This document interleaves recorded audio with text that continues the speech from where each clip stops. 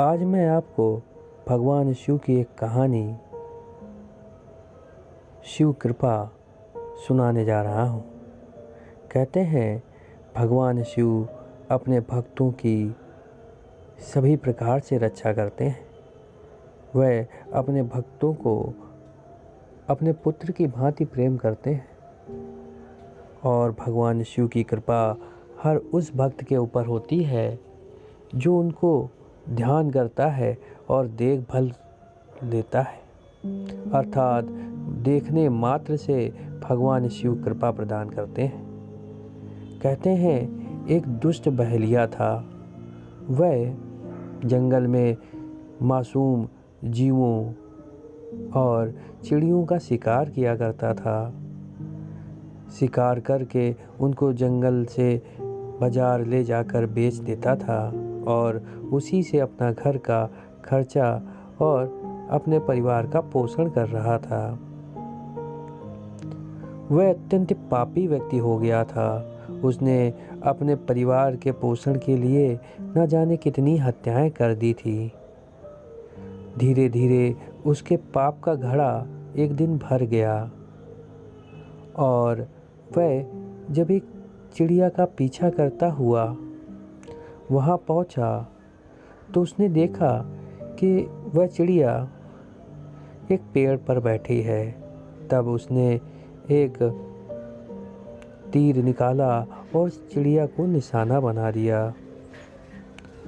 वह चिड़िया उड़ने की कोशिश कर रही थी कि वह तीर उसके पंखों से गुजरता हुआ पेड़ की डाली में फंस गया और वह चिड़िया भी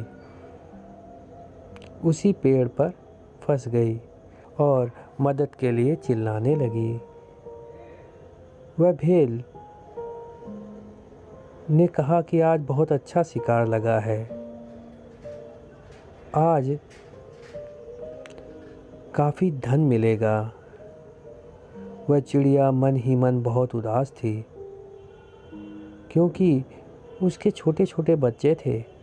वह जानती थी कि आज मेरी मृत्यु हो जाएगी और मेरी मृत्यु होने के बाद मेरे बच्चे भी भूख के कारण मर जाएंगे। वह यह सोचकर अत्यंत दुखी होकर रो रही थी, लेकिन भेल उसकी बातें नहीं समझ सकता था। वह जीव की बात कैसे समझता। वह भेल पेड़ पर चढ़ गया और उस चिड़ियों को पकड़ने की कोशिश करने लगा। तभी जंगल का सिंह उधर आ गया और उसने भेल को देख लिया।